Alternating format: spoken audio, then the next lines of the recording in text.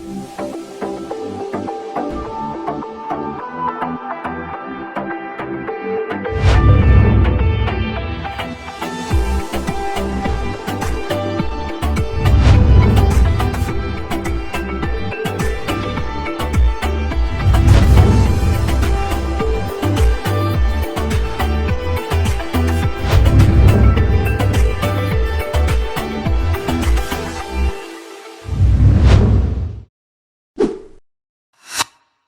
नमस्कार दोस्तों, आज टॉक्स ऑफ ट्राइब की तरफ से हम एक नया प्रोग्राम लेकर आए हैं आप लोगों के बीच में, जिसका नाम है आपकी शीतल। तो ये प्रोग्राम हमारा हर रोज आपके क्वेश्चन हमारे पास जो आएंगे, जो भी आप लोग पूछना चाहते हो टोको शीतल मैडम से, वो क्वेश्चन का जवाब देंगी टोको शीतल मैडम। और ये सीरीज कंटिन्यू चलेगा और ये सीरीज को आप लोग हर रोज रात के 8 बजे आप लोगों को देखने को मिलेगा। तो आप लोगों से निवेदन है, फर्स्ट ऑफ ऑल जो भी हमारे व्यूअर्स हैं उनको कहना चाहूंगा कि आप लोगों के दिल में जो भी क्वेश्चन है अपने अरुणाचल प्रदेश को लेके, चाहे कोई भी मुद्दा पे जो आप चाहते हो कि टोको शीतल मैडम उसका जवाब दे, तो वो क्वेश्चन हम टोको शीतल मैडम से पूछेंगे और आप लोगों के सामने उसको पेश करेंगे। तो नमस्ते दीदी। नमस्ते। नमस्ते राजा बेटा। और फर्स्ट ऑफ ऑल बता दूं कि मैं कोई रिपोर्टर नहीं हूं, मैं दीदी का एक तरह से भाई बेटा के तरह यहाँ पे अपने आप को प्रेजेंट कर रहा हूं। तो अगर कुछ भूल चूक हो जाए तो आप लोग भी माफ कीजिएगा मुझे, क्योंकि मैं रिपोर्टर नहीं हूं। ठीक है, तो कुछ क्वेश्चन जो आप लोगों ने पूछा था, मुझे मिला था, तो मैं वही क्वेश्चन आज शीतल दीदी से पूछने के लिए आया हूँ। तो दीदी पहले बताइए आपका तबियत कैसा है, ये सब मैं पूछना चाहता हूँ। हाँ, तबीयत अभी ठीक है पहले के कंपेयर में। अच्छा, अभी तो मैं बहुत ज्यादा स्वस्थ हूँ, ठीक हूँ माशाल्लाह, अच्छी बात है। अच्छा, फर्स्ट ऑफ ऑल इतने दिनों हो गए, लगभग लास्ट धरना हमारा हुआ था 6 और 7 जनवरी को हुआ था जी। तो उसके बाद अभी कोई धरना वगैरह कुछ नहीं हो रहा, तो क्यों नहीं हो रहा वो थोड़ा आप जनता को बताइए। मैं बीच में हमारे अरुणाचल से एक मीडिया टीम आए थे, अरुणाचल डिजिटल बोल के। हाँ। उनके माध्यम से भी मैं ऑलरेडी बता चुकी हूँ अपने जनता को, अपने पब्लिक को, कि वहाँ पे टेक्निकल रीजंस क्या है धरना नहीं होने का। एक तो बहुत सारे रीजंस है, यहाँ एक ही फैक्टर नहीं है, बहुत सारे फैक्टर्स है। लाइक परमिशन के लिए हमें एमसीडी के पास जाना पड़ता है, दिल्ली पुलिस के पास जाना पड़ता है, उसके बाद में फिर टेंट वाले को बुकिंग करना पड़ता है, फिर स्पीकर सिस्टम वगैरह को बुकिंग करना पड़ता है, फिर कुर्सी टेबल का। तो so many things are there. और बीच में 26 जनवरी और ये सब बहुत सारे चीजें थी, जिसके वजह से वो टेक्निकली थोड़ा ब्लॉक होके बैठा था। और ऑनेस्टली बता दूं तो धरना कर करके पिछले सिंस फ्रॉम 6 मंथ्स धरना में ही बैठे हुए हैं और चिल्ला रहे हैं। और भारत की जो हमारी भारत देश की जो सरकार है, अपनी भारत देश की हमारी आदरणीय प्रधानमंत्री जी को हम चिल्ला चिल्ला कर बता कर हम खुद ही अभी मतलब एक प्रकार से ये मान के चलिए कि पत्थर से बात करके कोई फायदा नहीं है, ऐसा मापी का भी माहौल है। अच्छा, मतलब एक तरह से आप बोल रहे कि धरना से भी ऊब चुकी हैं। ऊब चुकी हूँ बोल के एग्जैक्टली नहीं, लेकिन हाँ हम बातें किए जा रहे, लेकिन अगला बंदा वहां से कोई जवाब नहीं आ रहा है और वहां से कोई रिस्पांस नहीं आ रहा है। हम मेमोरेंडम्स भी कई बार सौंप चुके हैं, लेकिन कोई रिस्पांस नहीं, कोई नोटिस नहीं, बिल्कुल no reaction from the government side. तो इस तरीके से हम अगर जिंदगी भर भी यहाँ दिल्ली में हम बैठे रहे, धरना करते रहे और सरकार ने बिल्कुल नहीं सुना, तो फिर क्या फायदा। इसीलिए अभी हम मन बना रहे हैं राजा बेटा कि हम अगला जो हमारा जो है आड़ या पाड़ की लड़ाई होगी, जनता वर्सेस करप्टेड सरकार। तो जनता जीतेगी कि करप्टेड सरकार जीतेगी, ये तो अब अगला समय ही बताएगा। ओके, ठीक है दी। तो कुछ क्वेश्चन जो मुझे आए हैं, ये तो मेरा पर्सनली क्वेश्चन रहा, जो लोग मुझसे भी बार बार पूछे, क्योंकि जो लोग यहाँ पे दिल्ली में आए थे धरना देने के लिए, तो वो लोग भी मुझे कॉल करते हैं कि राजा भाई आप बताइए दीदी कैसी है, या फिर धरना वगैरह क्यों नहीं हो रहा। तो ये क्वेश्चन पर्टिकुलर उनसे था। तो कुछ क्वेश्चन जो आए हैं, फर्स्ट ऑफ ऑल एक क्वेश्चन, कल हमारा स्टेटहुड डे गया है अरुणाचल प्रदेश का जी। तो वहां पे हमारे लॉ मिनिस्टर किरण रिजिजू साहब बहुत अच्छा भाषण भी दिए, लोगों को पसंद भी आया। तो कुछ लोग बोल रहे हैं कि ये हमारे एमपी साहब जो है वो फेस्टिवल मिनिस्टर, मतलब लॉ मिनिस्टर कम और फेस्टिवल मिनिस्टर ज्यादा है, कि जब भी अरुणाचल में कोई फेस्टिवल होता है तो वो प्रकट हो जाते हैं, बाद बाकी दिन वो गायब रहते हैं। तो इस पे आपका क्या रिएक्शन और क्या कहना चाहेंगी? देखिए, कहने वाले तो बहुत चीजें है, कहते ही रहेंगे, और लोगों की अपनी अपनी राय होती है, अपनी अपनी प्रतिक्रिया होती है, तो सबकी इज्जत करना चाहिए। लोगों को लगा होगा ऐसा कहने के पीछे उनका भी कोई लॉजिक होगा, तभी वो लोग ये कह रहे हैं। लेकिन मैं अगर अपनी तरफ से कहूंगी तो जिस तरीके से हमारे माननीय minister, honourable minister law and justice श्रीमान किरण रिजिजू जी, वो काफी बार मीडिया के माध्यम से बोल चुके हैं कि उनके पास बहुत बड़ी रिस्पॉन्सिबिलिटी है, देश की जिम्मेदारी है, देश की वो कानून और नीति आयोग के मंत्री है, तो उनको देश का सेवा करना है। अरुणाचल तो एक छोटा सा कॉलोनी है, तो कॉलोनी को साइड पे रहने दीजिए, पहले उनको देश का सेवा करना, ये उनका मतलब ये उनका स्टेटमेंट है, ये मेरा नहीं है। अच्छा। इसको मैंने कोई तोड़ मरोड़ कर नहीं यहाँ प्रस्तुत नहीं कर रही हूँ। तो वो काफी बार मीडिया में आते तो वो इस तरीके से बयानबाजी करते, तो शायद उनके नजरों में अरुणाचल एक छोटा सा कॉलोनी है और कॉलोनी के समस्याओं से उन्हें कोई लेना देना नहीं है, जबकि हालांकि वो ये भूल गए हैं कि इसी कॉलोनी छोटे से गलियारे से वो निर्वाचित होकर के आए और इस देश में वो बहुत ही माननीय एक मंत्री के पद पर वो विराजमान है, तो देश की सेवा कर रहे हैं। मैं तो उनसे अनुरोध करना चाहूंगी कि देश की सेवा आप सर्वप्रथम कीजिए और साथ ही साथ उससे भी पहले आप अपनी छोटी सी कॉलोनी माफिक छोटा सा जो प्यारा सा प्रदेश है हमारा अरुणाचल प्रदेश, उनकी भी सेवा कीजिए और उन जनता को मत भूलिए जिन्होंने आपको निर्वाचित करके यहाँ मंत्री पद तक पहुंचाया, मंत्री पद के सफर तक तय करने के लिए पहला द्वार आपको खोल के दिया।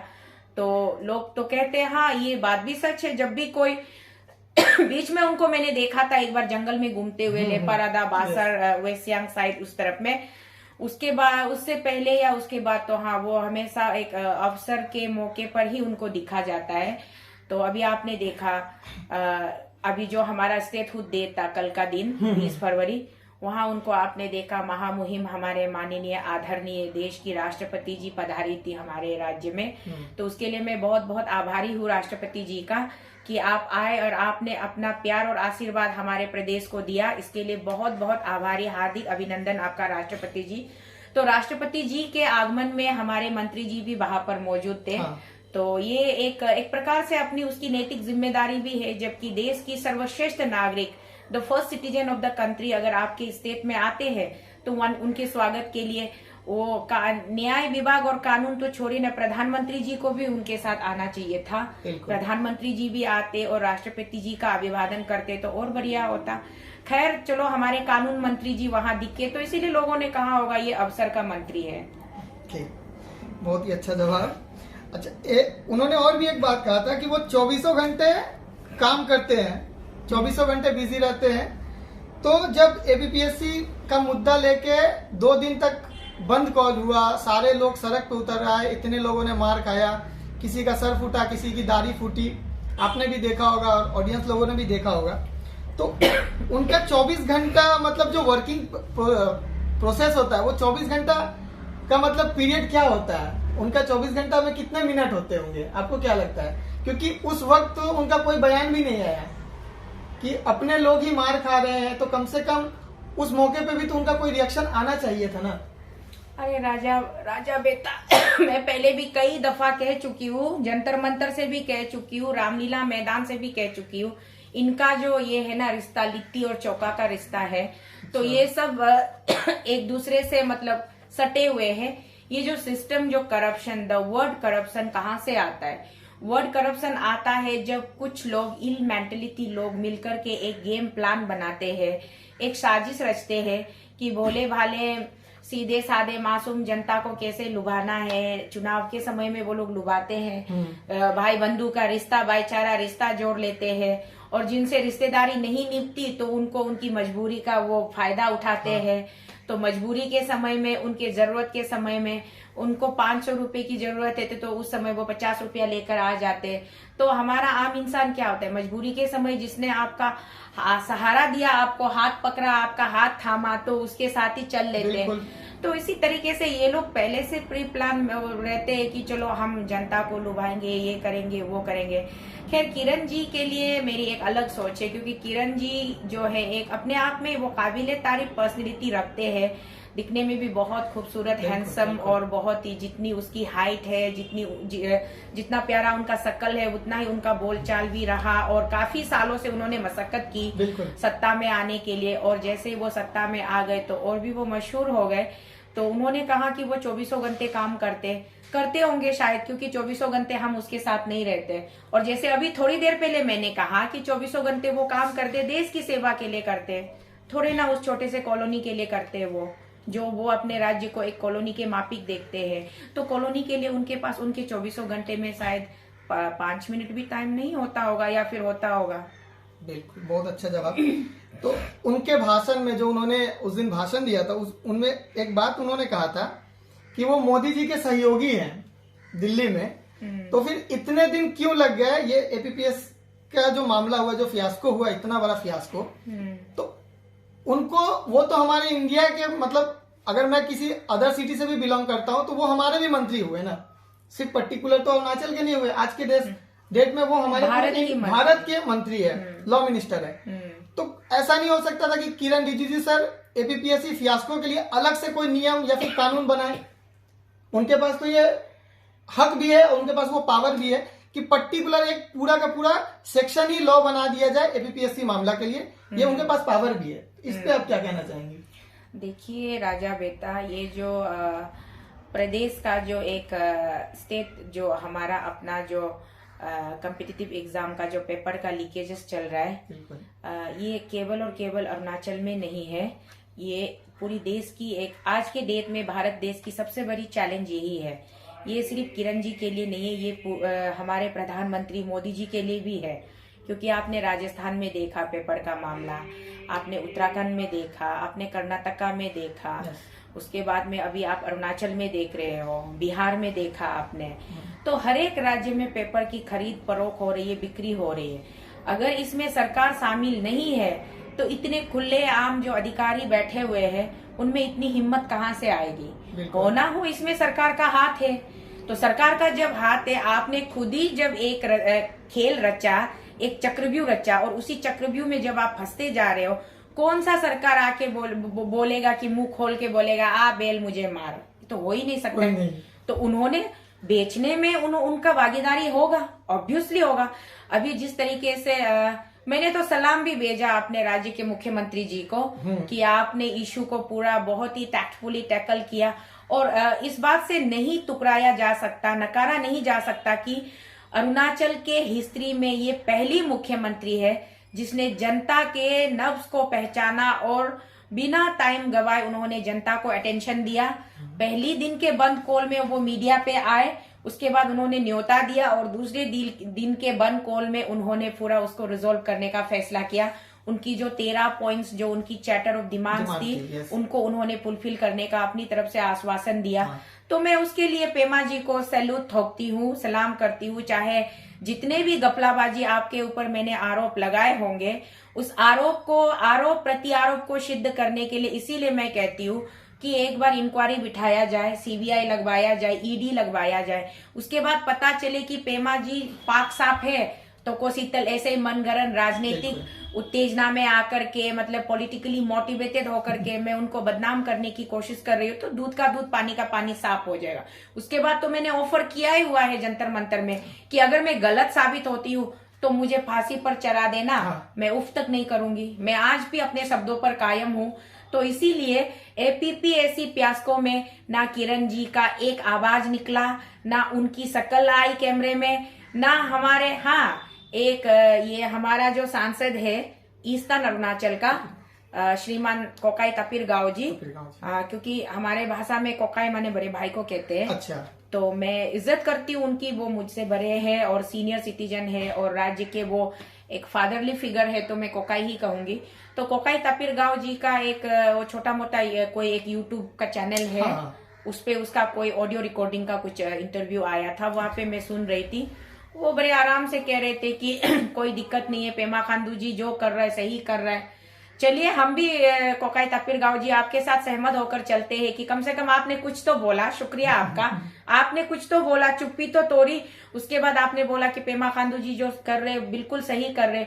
हम भी मान चुके हैं कि 13 पॉइंट को उन्होंने एग्री करके बहुत सही किया है। अब इसको एक्शन में लाना है, तो एक्शन में लाना है। एक्शन में कब तक आएंगे, हम भी बेसब्री से उसका इंतजार कर रहे हैं। हम तो यही कहते हैं राजा बेटा, हमेशा यही कहते हैं कि अगर पेमा खांडू जी अच्छा काम करेंगे तो हम भी उनके क्या कहते हैं, हिंदी में बोले तो भक्त और इंग्लिश में बोले तो फॉलोवर या फिर supporter, what ever it is. अगर वो स्टेट के इंटरेस्ट के लिए, स्टेट के वेलफेयर के लिए काम करेंगे, हमारी थोड़ी उनसे कोई जाति नहीं दुश्मनी है, कोई दुश्मनी नहीं है। हम चाहते हैं कि वो अच्छा काम करे, वो अच्छा काम करे, इसीलिए हम मतलब चिल्ला रहे हैं, तो हम आवाज उठा रहे हैं।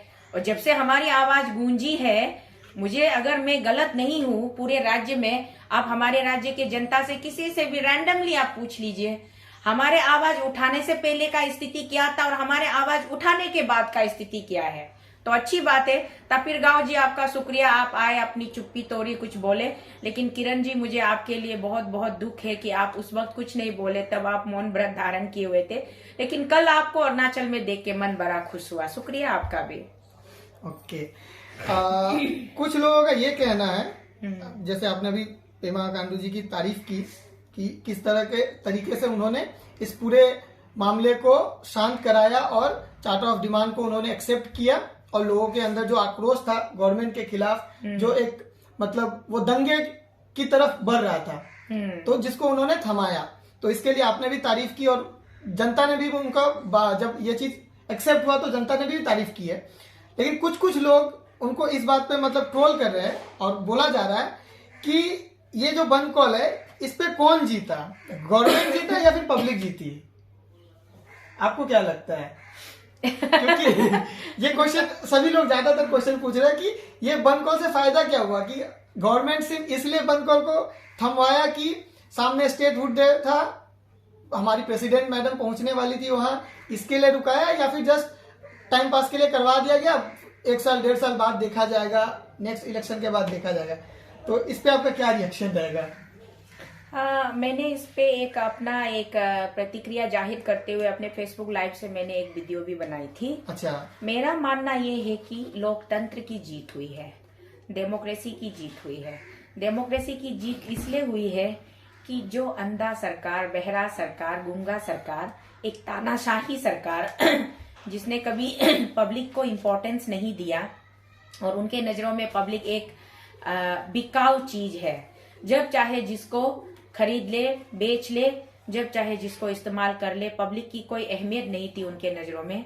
लेकिन उस पब्लिक ने, पूरे अरुणाचल के पब्लिक ने एकजुट होकर के एक ही स्वर में जब एक साथ खड़े हो गए, तो लोकतंत्र की जीत हुई। बिल्कुल बिल्कुल। सबसे पहला जीत लोकतंत्र की हुई है। प्रॉब्लम का सोल्यूशन वो करता है कि नहीं करता है, वो that is a secondary issue. सबसे पहले हमें मानना पड़ेगा कि हमारी लोकतंत्र, आज भी भारत देश में लोकतंत्र जीवित है और लोकतंत्र की जीत हुई है, डेमोक्रेसी की जीत हुई है। पब्लिक की आवाज सबसे बड़ी आवाज है, जनता का अदालत सबसे बड़ा अदालत है, तो जनता की जीत हुई है। जाहिर सी बात है, जनता ने सरकार को घुटनों के बल टिका दिया, इसमें कोई दो राह नहीं है। तो इसीलिए उसके साथ साथ में ये भी कहना चाहूंगी, जब सरकार ने आश्वासन दिया है कि मैं पूरा 13 पॉइंट्स पे काम करूंगा, तो जनता को भी, हमको भी थोड़ा सा धैर्य रखना चाहिए, थोड़ा सा पेशेंट होना चाहिए, उनको भी एक अपॉर्चुनिटी प्रोवाइड करना चाहिए, देना चाहिए समय, उनको मोहलत देना चाहिए कि वो काम करे। अगर वो काम कर रहा है तो बहुत अच्छी बात है, हम जनता उनकी हमेशा वाहवाही करेंगे। अगर वो काम नहीं करते तो उसका खामियाजा वो खुद आने वाले वक्त में वो खुद भुगतेंगे, इसके लिए हम जनता जिम्मेदार नहीं होंगे। बहुत अच्छा आंसर। तो ये जो पूरा मुद्दा हुआ, इससे पहले जब भी बंद कॉल अरुणाचल में हुआ है, कुछ भी ऐसा कोई बड़ा इशू हुआ है, तो कोई ना कोई एक यूनियन या फिर कोई ऑर्गेनाइजेशन उसके लिए स्टैंड लिया था। लेकिन ये फर्स्ट टाइम है अरुणाचल की हिस्ट्री में, जब से अरुणाचल का क्रिएशन हुआ है, आई थिंक मुझे जितना मालूम है कि ये अरुणाचल की हिस्ट्री में फर्स्ट टाइम हुआ होगा जहां कोई यूनियन नहीं था, ना कोई ऑर्गेनाइजेशन था, ना कोई पॉलिटिकल पार्टी था, ना कोई अपोजिशन था, और ये पूरा का पूरा वहां के लोगों ने ये बंद कॉल बुलाया था। वहां के लोग मतलब पूरे के पूरे अरुणाचल वासियों ने ये बंद कॉल को समर्थन किया था। हाँ। तो ऐसा नहीं है कि किसी मुद्दा को अगर हमें लड़ना है तो पब्लिक को एक होना पड़ेगा, ना कि किसी ऑर्गेनाइजेशन का जरूरत नहीं है। ये मतलब इस पर क्या कहेंगे? बिल्कुल, आज के डेट में अरुणाचल प्रदेश का सिचुएशन ऐसा है, यहाँ भारत में बीजेपी वर्सेस कांग्रेस है, राहुल गांधी वर्सेस मोदी, नरेंद्र मोदी जी है, और अलग अलग राज्य में जैसे बिहार में नीतीश प्लस तेजस्वी वर्सेस मोदी जी ना, ऐसे ही कहेंगे। यूपी में अखिलेश यादव मैं कहा सॉरी आप लोग समझ सकते हैं कि उनके मुंह से अखिलेश के बाद क्यों प्रताप सिंह आया, तो क्योंकि ये सारे अरुणाचल वासी हैं। अखिलेश यादव, मायावती जी और योगी जी, इन लोगों के बीच में है। महाराष्ट्र में एकनाथ शिंदे जी और ठाकरे जी के बीच में है। तो लाइक वाइज हर एक राज्य में एक रूलिंग पार्टी का होता है तो एक प्राइम ओपोजिशन होता है। आज के डेट में अरुणाचल प्रदेश स्टेट का ये कंडीशन है, पेमा खांडू जी है और उनका कोई ओपोजिशन नहीं है। और ऐसा ही होते होते होते होते अब भी हाल फिलहाल में एक लेटेस्ट डेवलपमेंट हुआ है कि Pema Khandu versus Arunachal common people हो गई है। तो अभी कॉमन पीपल इतना जागरूक हो चुके हैं कि अपनी हक की लड़ाई वो खुद लड़ सकते हैं। वो किसी का मोहताज नहीं है, किसी यूनियन का मोहताज नहीं है, किसी ऑर्गेनाइजेशन का मोहताज नहीं है। ये हर कॉलोनी, हर गलियारे में प्रेसिडेंट सेक्रेटरी, ये सब कल्चर को अभी खत्म करना चाहिए। One way, one sided, one single platform, Arunachal common public versus Arunachal government, crystal clear picture है अभी, और कुछ नहीं है। इसीलिए मैं सरकार को, गवर्नमेंट को हमेशा अपनी तरफ से सुझाव बोलिए या इसको हिदायत बोलिए, जो भी बोलिए, मैं अपनी तरफ से हमेशा ये बताने की कोशिश करती हूँ कि सरकार आप चाहे तो पब्लिक का क्या भला नहीं कर सकता है, बहुत कुछ कर सकता है। आप पब्लिक की भला कीजिए, पब्लिक की सेवा कीजिए, पब्लिक की सर्विस कीजिए, उसके बाद पब्लिक हमेशा आपको सराहकों पर बिठाकर रखेंगे।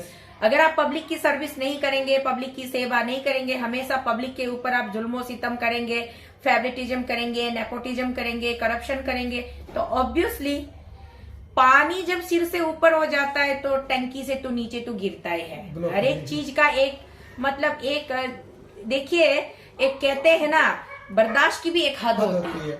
तो जब हद गुजर जाती है, सारी नदियों की पानी जब बह करके मुख्य धारा में जाती है तो वो कहाँ जाती है? महासागर में जाती है। तो आज अरुणाचल की पब्लिक महासागर की तरफ बढ़ रहे हैं। वाह, यही बात है। बहुत अच्छा आंसर।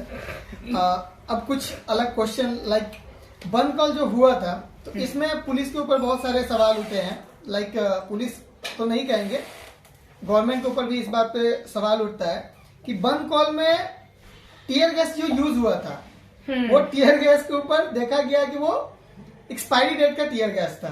हाँ, तो क्या गवर्नमेंट के पास इतना भी पैसा नहीं कि वो अगर टीयर गैस भी यूज करता है तो वो भी एक्सपायरी डेट वाला? No, this is a negligence on the part of the government, क्योंकि सरकार इतना बेफिक्र हो चुका है कि उसके स्टॉक में कौन सा सामान है नहीं है उसका भी उनको खबर नहीं रहा इसमें। क्योंकि सरकार बोले तो सरकार के अंदर में जितने अधिकारी बैठे, देखिए घर एक घर होता है। एग्जाम्पल के तौर पे घर में अगर पिताजी केयरलेस होंगे तो ऑब्वियसली माताजी भी केयरलेस होंगे। तो माताजी केयरलेस होंगे तो बच्चों का तो क्या हाल होगा? यही हाल अरुणाचल में, सरकार बिल्कुल केयरलेस है। वो लोग मौज मस्ती में बिजी है, करप्शन करने में। यहाँ से अभी जस्ट मैंने कल का ही अपना स्टेटहुड डे का वीडियो में हमारे माननीय लॉ एंड जस्टिस मिनिस्टर जी का उनका एक भाषण का एक छोटा सा शब्द सुना था। उन्होंने मोदी जी की बड़ी तारीफ की, तारीफ हम भी करते, करनी भी चाहिए, बहुत अच्छी बात है। तो मोदी जी की तारीफ करते करते उन्होंने ये बात बोला कि अरुणाचल राज्य को 40,000 करोड़ का प्रोजेक्ट सैंक्शन हुआ है। तो thank you so much honourable minister sir ji, मेरे जीजा जी, आपने ये बात अरुणाचल के पब्लिक के सामने रखी। बहुत अच्छी बात है, खुशी की बात है। लेकिन खुशी के साथ साथ इसमें बहुत बड़ी दुख की भी बात है। दुख की बात यह कि 40,000 करोड़ तो आपने बेच दिया, आप लेके आए भारत सरकार से, लेकिन वो 40,000 करोड़ जाएगा कहाँ? रास्ते आपने जैसे बोला ना, इंटरनेशनल बाउंड्रीज में रास्ते बनाएंगे, ये करेंगे वो करेंगे, तो वो रास्ते 40,000 करोड़ का बनेगा कि सिर्फ 40 करोड़ का बनेगा कि सिर्फ 40 लाख का बनेगा? It depends on government again. तो गवर्नमेंट इन सब चीजों में बिजी है, वो पैसे इधर से उधर, उधर से इधर मनी लॉन्ड्रिंग करने में बिजी है। तो कहां से सरकार को ये एहसास भी होगा कि उनके पास टीयर गैस स्टॉक में एक्सपायरी वाला है कि नॉन एक्सपायरी वाला है? बिल्कुल। अभी देखिए, इस केयरलेस के चक्कर में अगर उनको तो लगा था कि ये टीयर गैस सही वाला है, नॉर्मल वाला है, उन्होंने हवा में चला दिया। अब देखो, हर एक चीज, अगर दूध भी, अगर आप एक्सपायरी वाला दूध या दही भी खाते हो तो वो जहर बन जाता है। और टीयर गैस तो होता है लोगों को रुलाने के लिए, लोगों को परेशान करने के लिए। तो वो एक्सपायरी वाला टीयर गैस अगर पॉइजन बन करके जनता को, पूरे आवाम को मार डालता तो क्या होता? इसकी जिम्मेदारी कौन लेता? देखिए, एक ही झटके में, ऐसे भी अरुणाचल एक कॉलोनी जैसा पॉपुलेशन है, मंत्री जी मानते हैं, उसके ऊपर फिर एक छोटा सा कॉलोनी जैसा पॉपुलेटेड वाला स्टेट को एक ही झटके में डीपॉपुलेट करने का अच्छा स्कीम निकाला सरकार ने। ये तो बहुत बड़ी कंडेमनेबल बात है, बहुत बड़ी निंदा का, बहुत बड़ी चिंता का विषय है। इसके ऊपर अभी इंक्वायरी होना चाहिए कि एक्सपायरी वाला टीयर गैस किस लिए आम जनता के ऊपर अप्लाई किया गया, और कौन है उस विभाग का पर्टिकुलर, वो कौन हैंडल कर रहा था, Who was the responsible person for this? इसको जनता क्यों सवाल नहीं कर रहा है? जनता को ये भी सवाल करना चाहिए, एक्सपायरी वाला टीयर गैस ही क्यों हमारे आम जनता के ऊपर जहर की तरह बरसाया गया? कौन सा पुलिस ऑफिसर है जो वो लेके आए थे? वो कौन सा गोदाम में स्टॉक से लेके आए थे? उस ऑफिसर के अगेंस्ट में इंक्वायरी, स्ट्रिक्ट इंक्वायरी बैठना है, उसको निलंबित करना चाहिए नौकरी से। वो क्या लाखों जनता के लाश के ऊपर वो क्या करना चाह रहे थे? उसमें सिर्फ जनता की मृत्यु नहीं होती, अगर वो टीयर गैस पॉइजन का काम करता, जनता के साथ साथ पुलिस पर्सनल्स भी अपने जान गंवाते। तो कौन लेगा इसका जिम्मेदारी? ये बहुत बड़ा सवाल है। क्योंकि एक्चुअल में देखिए कि नॉर्मल सा एक कोई क्रीम भी अगर हम लोग लगाते हैं, एक्सपायरी डेट हो जाने से हमें मना किया जाता है कि आप उस क्रीम को ना लगाएं। ये तो फिलहाल मतलब एक जहर की तरह यूज हो रहा है। हाँ, तो इस पे मतलब जनता को भी ये सवाल करना चाहिए। ये सवाल अगर आज जितने भी ऑर्गेनाइजेशन जो खुद को उठ के सामने आते हैं, बहुत बहुत बड़े बड़े ऑर्गेनाइजेशन, तो इस मुद्दे पे आप लोग भी सवाल उठाइए कि आप लोग जो ये यूज किए इसका किस हद तक सही है, कितना हद तक सही है। एग्जैक्टली ठीक है, बहुत बड़ी चिंता का विषय है। ये बहुत बड़ी बात है। मतलब आप लोग इसको हल्के में ले रहे हैं, लेकिन ये बहुत ही बड़ा मुद्दा है। हाँ। कि आप एक नॉर्मल सा बात है, अगर वो टीयर गैस, अगर अब पुलिस ऑफिसर जो है वो भी तो हमारे देश के ही नागरिक है ना, उसे तो चाइना से या फिर पाकिस्तान से हायर करके नहीं लाया गया कि मरेगा तो कोई फर्क नहीं पड़ेगा, वो भी हमारे देश के ही नागरिक है। एग्जैक्टली। उन्हें क्या है कि उन्हें तो नॉर्मल सा उनको जॉब दिया गया कि आप सरकार के खिलाफ जो बोलेगा उसके खिलाफ लड़ो, और हमारे लोगों का काम था कि हम सरकार के खिलाफ प्रदर्शन कर रहे हैं। तो अगर उनका भी अगर जान जाता या फिर नॉर्मल पीपल का भी जान जाता तो दोनों तरफ से नुकसान हमारे देश का ही होता, हमारे अरुणाचल का ही होता। ठीक है, ये मेरा मतलब मेरा खुद का ओपिनियन रहा। एक और क्वेश्चन आता है, लोग बोल रहे हैं कि तेचुपुरु साहब जो Arunachal pan Arunachal joint secretary, जो भी उनका जॉइंट स्टेयरिंग कमेटी के चेयरमैन है, और उन्होंने इस मुद्दे को शुरू से लेके अभी तक बहुत ही अच्छे तरीके से हैंडल किया है। तो उन्होंने जब ये मामला शुरू हुआ था बंद कॉल से पहले, तो उन्होंने एक बात कहा था कि ये डिमांड को हम पब्लिक के बीच में ही, जो भी डिस्कशन होगा गवर्नमेंट के जो भी अथॉरिटी पर्सन होंगे उनके बीच और हमारे बीच जो भी बात होगा आम पब्लिक के बीच सामने ही होगा। तो फिर वो जो 8 घंटे का मीटिंग हुआ सीक्रेट रूम में, तो इसके ऊपर लोग सवाल उठा रहे हैं। लोगों का क्वेश्चन ये आया बहुत जगह, मैंने ये कमेंट में भी देखा था और ये क्वेश्चन मुझे भी भेजा गया था, ये क्वेश्चन आप कीजिए। तो यही क्वेश्चन मैं दीदी से पूछना चाहूंगा कि इस पे आपका क्या राय है? देखिए, मैंने भी देखा था सोशल मीडिया के माध्यम से कि जब पहला दिन जो था बंद कॉल का, तो ऑनरेबल होम मिनिस्टर जो हमारे गृह मंत्री जी है, होम मिनिस्टर जी की तरफ से बुलावा आया था भाई तेचुपुरु जी को, तो पुरु जी ने भी साफ मना किया था। हालांकि पुरु जी ने मना बिल्कुल एकदम से नहीं किया, बल्कि पब्लिक ने मना किया था। हाँ। पुरु जी को कि आप बिल्कुल वहां नहीं जाएंगे और जो भी बात करना होगा मंत्री जी यहाँ आएंगे, पब्लिक डोमेन में बात करेंगे। उसके बाद में पुरु जी ने अपनी तरफ से भी एक बयान जारी किया था कि अगर जैसे कि मुख्यमंत्री जी का जब वीडियो निकला, उनका न्योता आया, हाँ। उसके बाद में पुरु जी की तरफ से भी ये था कि चलो हम वहां जाएंगे भी, मीटिंग भी करेंगे, तो भी ऑन कैमरा, लाइव कैमरा करेंगे कि जनता को सब दिखना चाहिए।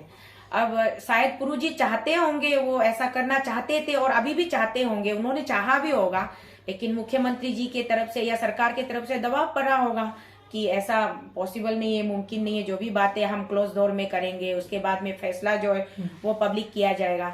सरकार का तो दबाव तो आपको पता ही है, वो तो बनता ही है ना। तो उन्होंने दबाव डाला होगा। बाकी अंदर 8 घंटे मीटिंग चली कि 7 घंटे चली, मुझे इतना इल्म नहीं है। फिर भी इस मीडिया के माध्यम से जो भी कुछ मैंने देखा, मैंने भी जिस तरीके से पूरे भारत ने देखा, मैंने भी यहाँ दिल्ली में बैठ के देखा, तो मुझे लगता है कहीं ना कहीं सरकार ने ही दबाव बनाया होगा कि नहीं, हम इसको ऑफिशियल नहीं करेंगे, पब्लिक नहीं करेंगे। तो बेचारा उसमें पुरु भाई और उनके टीम का तो कोई गलती नहीं होना चाहिए, मुझे ऐसा लगता है। क्योंकि इस पे मैं कमेंट करना चाहूंगा कि कुछ कुछ ऐसी ऑफिशियल वर्ड होते हैं या फिर बात होती है जो पब्लिकली नहीं कहा जा सकता। जैसे कुछ लोग डिमांड करते हैं ना कि सीबीआई का पूरा इंक्वायरी हमें बताया जाए, तो कुछ कुछ चीज सीक्रेट रहना भी जरूरी होता है। तो उसी तरीके से शायद हो सके, इसीलिए वो पब्लिक नहीं कर सकते, लेकिन फाइनली जीत तो पब्लिक का ही हुआ है, पब्लिक की जीत हुई है। एंड ऑफ द डे तो जीत होना चाहिए जो पब्लिक का, तो जीत हमारी पब्लिक की हुई है। तो इस चीज को मतलब कुछ लोग निगेटिविटी ना फैलाया जाए, क्योंकि अभी लोग उसको आनंद ले रहे हैं, तो इस तरीके से बस इसमें जुड़े रहे। इसमें राजा भाई मैं एक बात क्लियर करना, मैं अपनी तरफ से क्लियर करना चाहती हूँ कि कहीं ना कहीं हमारे पब्लिक भी थोड़ा बहुत कंफ्यूज है, और मैं भी थोड़ा बहुत कंफ्यूज हो गई थी बीच में, बट मैं अभी अगर अपनी तरफ से सोचती हूँ कि मैंने अपने आप को क्लियर कर लिया है। इसमें जीत हुई है पब्लिक की, इन द सेंस डेमोक्रेसी की जीत हुई है। पब्लिक ने सरकार को घुटनों के बल झुकाया है, सरकार को घुटनों के बल झुकाया है, और पब्लिक के सामने सरकार को सिर झुकाना पड़ा। यही सिर्फ पब्लिक की जीत हुई है। और रही बात उसमें एक्शन में आने की, चेयरमैन, फॉर्मर चेयरमैन को अरेस्ट करने की, टीम को पूरा एक स्ट्रिक्ट विजिलेंस में इंक्वायरी करने की, इन्वेस्टिगेट करने की, और नल एंड वॉइड डिक्लेयर करने की, जो भी प्रक्रिया होगी, जो प्रोसेस होगा, जो प्रोसीजर होंगे, वो अभी गवर्नमेंट एक्शन में आते हैं कि नहीं। इसीलिए मैंने बोला कि थोड़ा सा अपॉर्चुनिटी उनको भी देते हैं, वक्त देते हैं, वो कितना हद तक कामयाब होते हैं तो वो देखना बाकी है। सिर्फ और सिर्फ जीत इस बात की हुई है कि सरकार को जनता ने झुकाया, सड़क तक सरकार पहुंच गए थे, अपने रिप्रेजेंटेटिव्स को सरकार ने सड़क तक भेजा, अपने ऑफिसर्स को भेजा, इनवाइट किया लोगों को, और बिना देर किए माननीय मुख्यमंत्री जी ने चीज को संज्ञान में लेते हुए हमारे लोगों से मिले, जनता से मिले, और जनता की आवाज को सुना, और उसमें उसने अपनी हामी भरी। यही सिर्फ यहां तक सिर्फ जीत हुई है। बाकी असली जीत देखिए, पैर लगाना था, जनता ने पैर लगाया, और उस पैर को अच्छा से उसको बड़ा करना, उस पैर को पाल पोस के रखना, वो जनता का दायित्व है। और सरकार उसमें पानी कितना डालता है, खाद कितना डालता है, वो अभी देखना बाकी है। बहुत ही अच्छा आंसर था। इस पे पेपर लीकेज मामले पे क्या फास्ट ट्रैक कोर्ट का गठन करना सबसे ज्यादा जरूरी नहीं है? आपको क्या लगता है? बिल्कुल जरूरी है, बिल्कुल जरूरी है, बहुत ज्यादा जरूरी है। क्योंकि नॉर्मल सा बात है, अगर इस प्रोसेस को भी अगर मान ली 2-3 साल लग गया, तो अभी जैसे नल एंड वॉइड का लेके पूरा मामला चल रहा है कि जो भी 2014 से शायद बोला जा रहा है कि उसको नल एंड वॉइड किया जाए, तो इस पे आपका क्या प्रतिक्रिया है? क्योंकि सबसे ज्यादा क्वेश्चन अभी अब ऐसा हो गया कि लोग दो मतलब पक्षों में बट गए हैं, एक नल एंड वॉइड को मतलब सपोर्ट कर रहे हैं और सपोर्ट नहीं कर रहे हैं। तो इस पे आपका क्या राय रहेगा?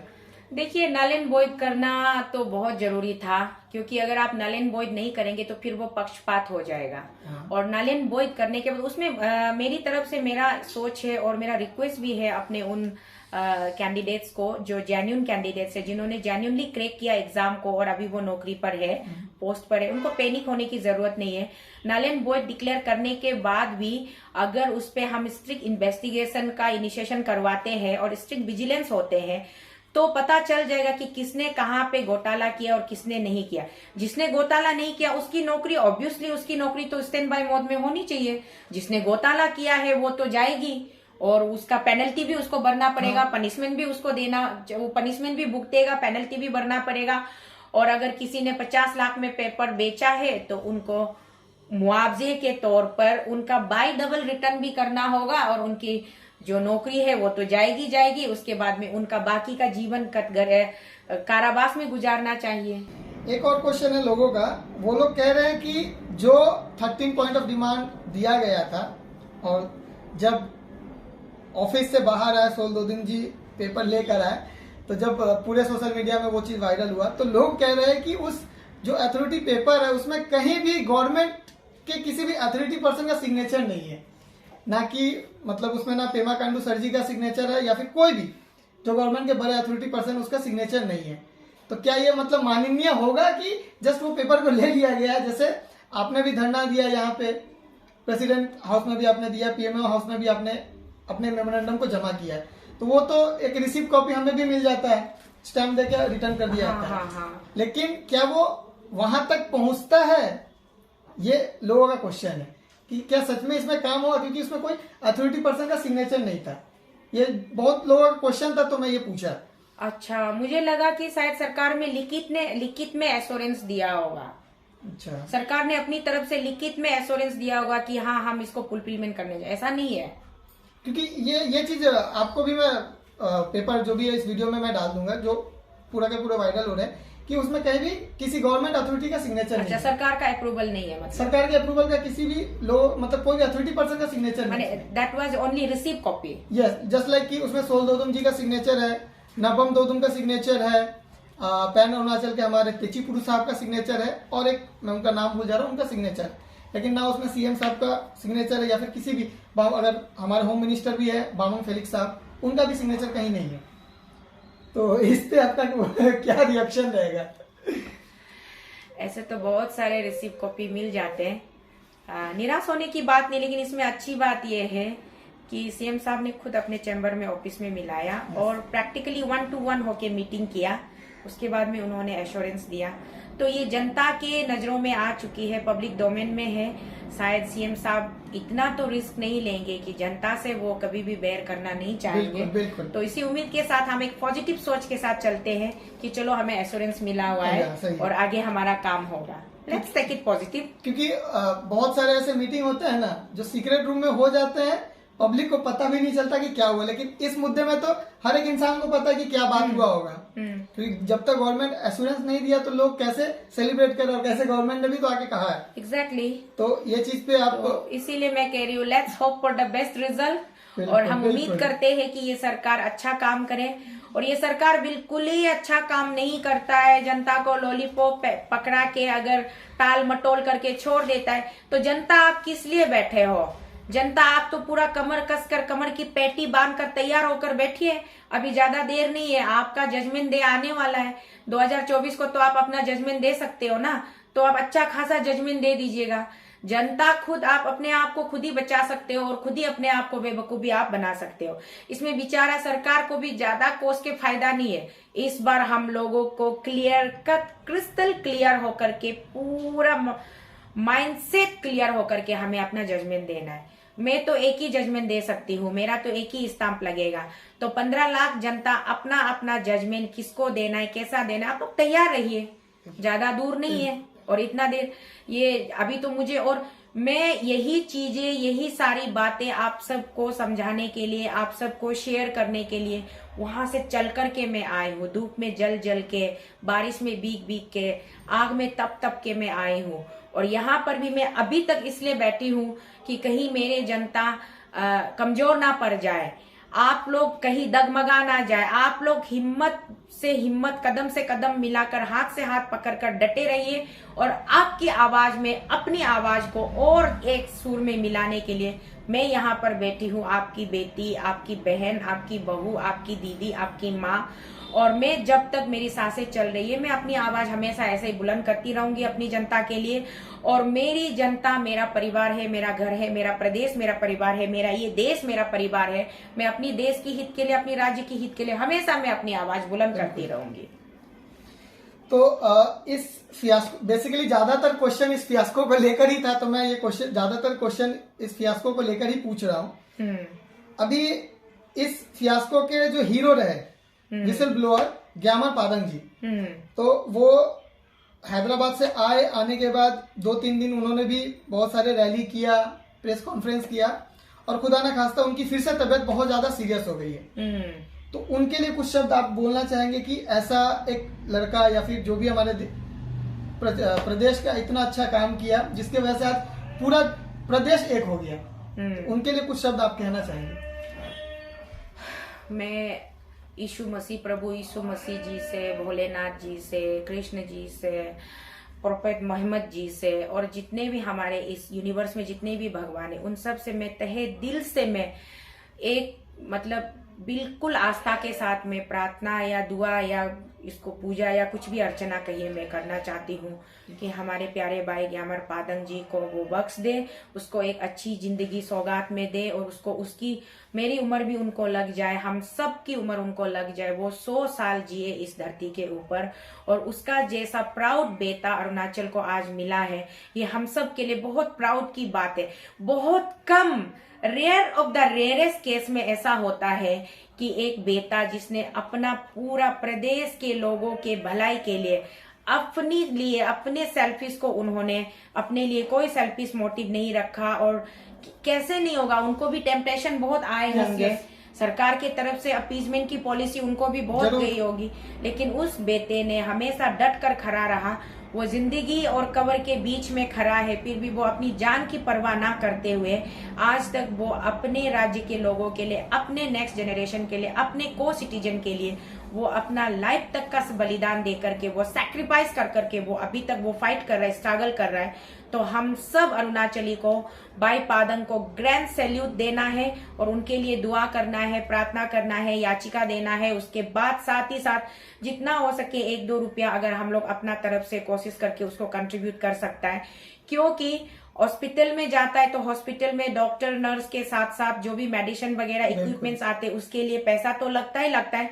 बट उससे भी सबसे बड़ी बात है दुआ, जो दिल से दुआ, आशीर्वाद। कहते हैं ना, जहां साइंस भी हार मान जाता है तो वहां मिराकल्स काम करता है, गॉड का मिराकल्स काम करता है। तो इसीलिए हम सबको दुआ करना है और उसके वेलबींग के लिए हम सबको प्रे करना है।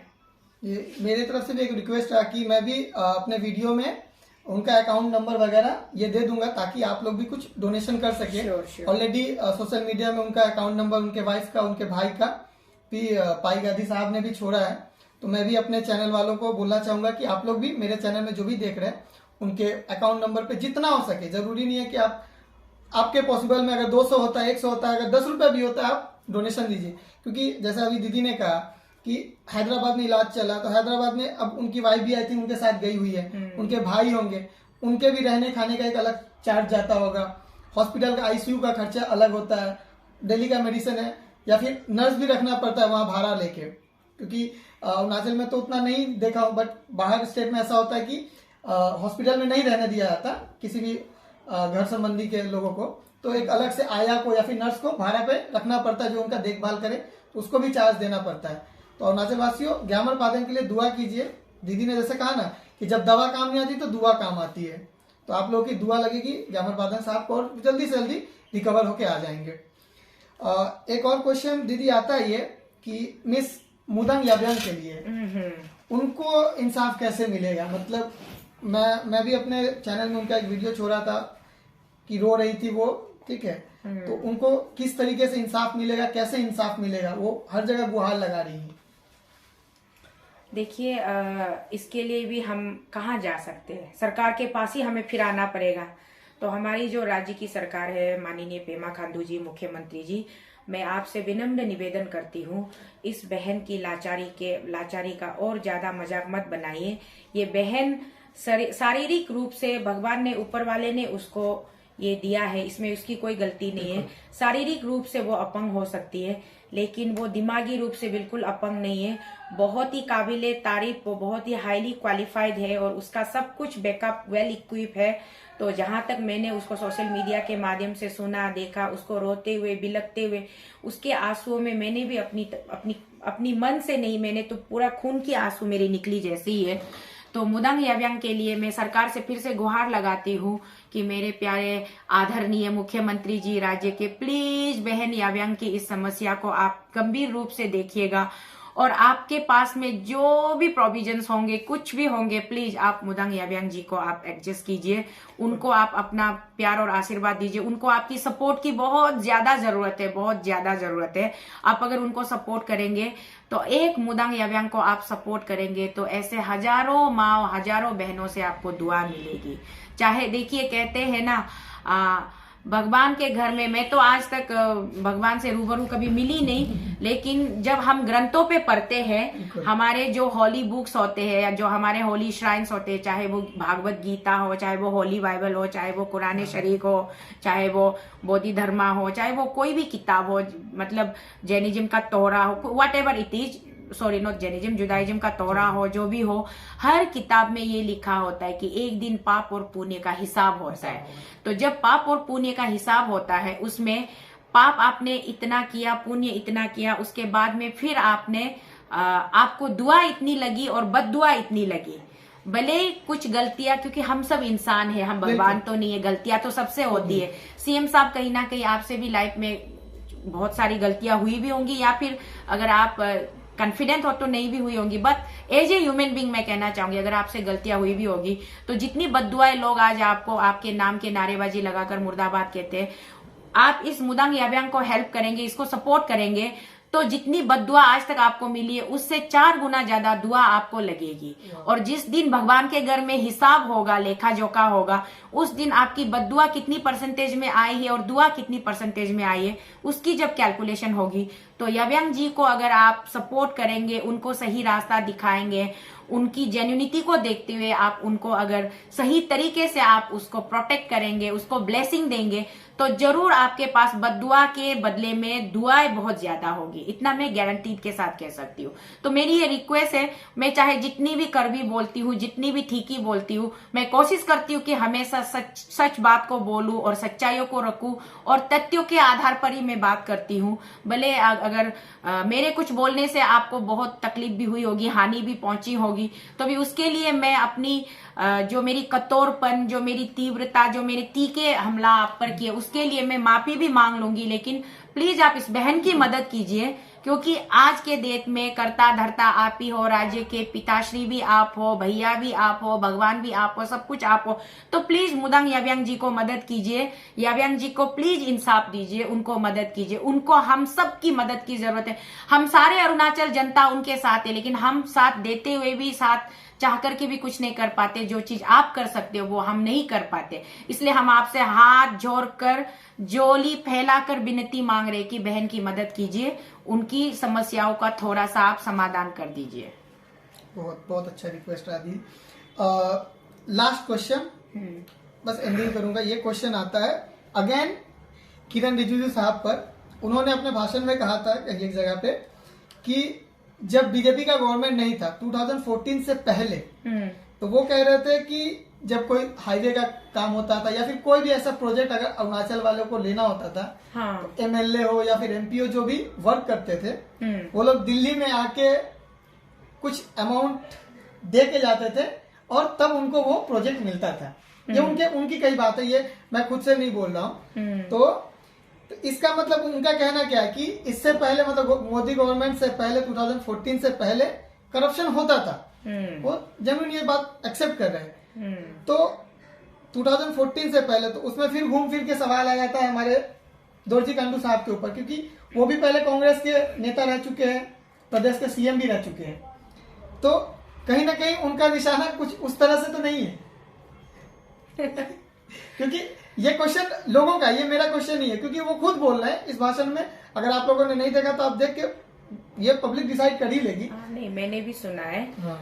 वो ये कह रहे थे कि पहले के सिस्टम में दिल्ली से कोई भी स्कीम या प्रोजेक्ट लाने के लिए आपको 5-10% पेमेंट करके लाना पड़ता था, और आज का देश का मोदी जी का गवर्नमेंट में ये है कि सरकार खुद अरुणाचल चल के पहुंचता है। अरुणाचल के लोगों को दिल्ली तक आने की जरूरत नहीं है, यही वो कह रहे थे। तो बहुत अच्छी बात है, अगर आप ऐसा मानते हो और ऐसा हो रहा है तो ये तो बहुत अच्छी बात है। अरुणाचल तक अगर मोदी जी के स्कीम खुद ब खुद पहुंचते हैं तो आज अरुणाचल वाले सब खुश होंगे, सब हरियाली होगी, उसमें कोई मतलब दोराहा नहीं होगा। अरुणाचल पब्लिक बहुत खुश होंगे, तभी तो वो लोग सड़क पर 2 दिन 2 रात वो सड़क पर लोग मतलब उतरे हुए थे, लहूलुहान होकर घूम रहे थे। ये तो बहुत अच्छा बात है, मोदी जी और किरण जी का सौगात है, उनका प्यार है, उनका बड़प्पन है, अच्छी बात है। साथ ही साथ मैं ये कहना चाहूंगी राजा भाई, शायद आपकी जानकारी, आपको जानकारी है भी कि नहीं, यहाँ कोई वो पार्टीबाजी बात करने की जरूरत नहीं है, क्योंकि पहले कांग्रेस का गवर्नमेंट था और पूरा पूरा कांग्रेस का ही गवर्नमेंट था। बस शुरुआत के दिनों में पीपीए का कुछ दिनों का सरकार था। उसके बाद में फिर थोड़ा सा बीच में थोड़ा सा कांग्रेस के ही लोग इधर उधर उछल कूद करके फिर एसी का गवर्नमेंट बना। फिर उसके बाद में फिर ये यूडीएफ का गवर्नमेंट बना, क्या क्या बना ना। फिर भी ऑलमोस्ट कांग्रेस का ही गवर्नमेंट था। और ये जितने लोग हैं कांग्रेस के लोग हैं। तो हमारे अभी के तत्कालीन मुख्यमंत्री जी भी कांग्रेस के ही थे।